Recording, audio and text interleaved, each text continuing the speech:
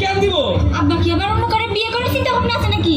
বিয়ে করবো কিনা তা জানি না, কিন্তু 30 বছর ধরে আমার নামাজ পড়তে কইতাছে।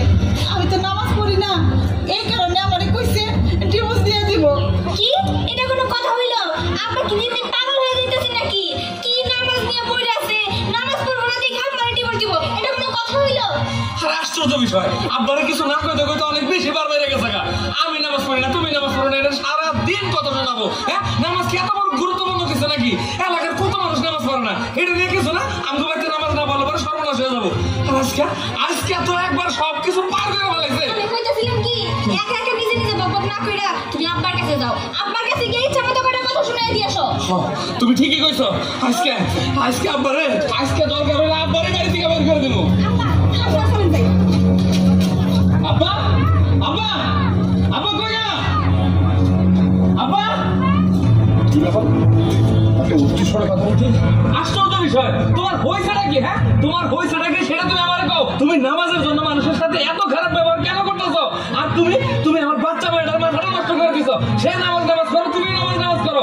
আজকে তুমি তো সর্বোচ্চ কাজটা করে ফেলাইছো। আমার মায়ের বলে তুমি তালাক দেবে সেই কথা কইছো। তোমার নামাজ আর তোমার আল্লাহ আমাকে কি দিছে? তাহলে আমরা নামাজ কেন পড়বো? সেদিন সাহস তো কম না রে, ইসলামকে নিয়ে কটূক্তি করলি। আব্বা ও তো ঠিকই কইছে, আপনি কেন এত থারকা থাপ্পড় মারলেন? আপনার দিন দিন না সাহস কিন্তু বেশি বাইরে যাইতাছে, এত মারা ভালো না, একটু শান্ত হয়ে থাকেন। চুপ করো বৌমা, চুপ করো।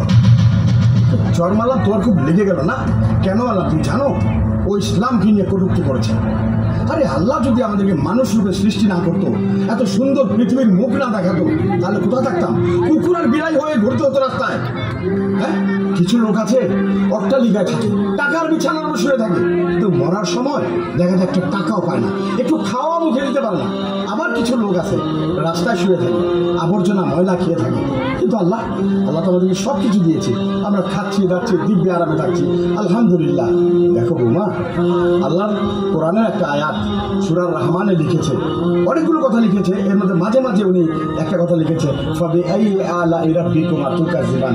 আল্লাহর নিয়ামত কেন তোমরা অস্বীকার করবে? তোমরা নামাজ পড়বে না, ধীরে ধীরে করে ঘুরে বেড়াবে, সেটা আমি বলাতে অন্যায় হয়ে গেল, তাই না? ঠিক বৌমা, ঠিক। তারপরে বলছো আল্লাহ আমাদের কি দিয়েছে? আরে আল্লাহ আমাদের কি দেয়নি বলো? হ্যাঁ, কি দেয়নি? এই যে নিয়ামত, তুমি খাচ্ছ, তোমার শাশুড়ি খাচ্ছে, নামাজ পড়ো না, তারপরও নিয়ামত আসছে, তোমাদের রিজিক আসছে। কেন জানো? আল্লাহ তোমাদেরকে শিক্ষা দিচ্ছে, তোমার নামাজ ধরো, নামাজ ধরো। আরে বৌমা, তোমার ঘরে তো জন্ম নিচ্ছে ছোট্ট একটা মেয়ে, ওর কাছে শিক্ষা নাও। নামাজ কাকে বলে?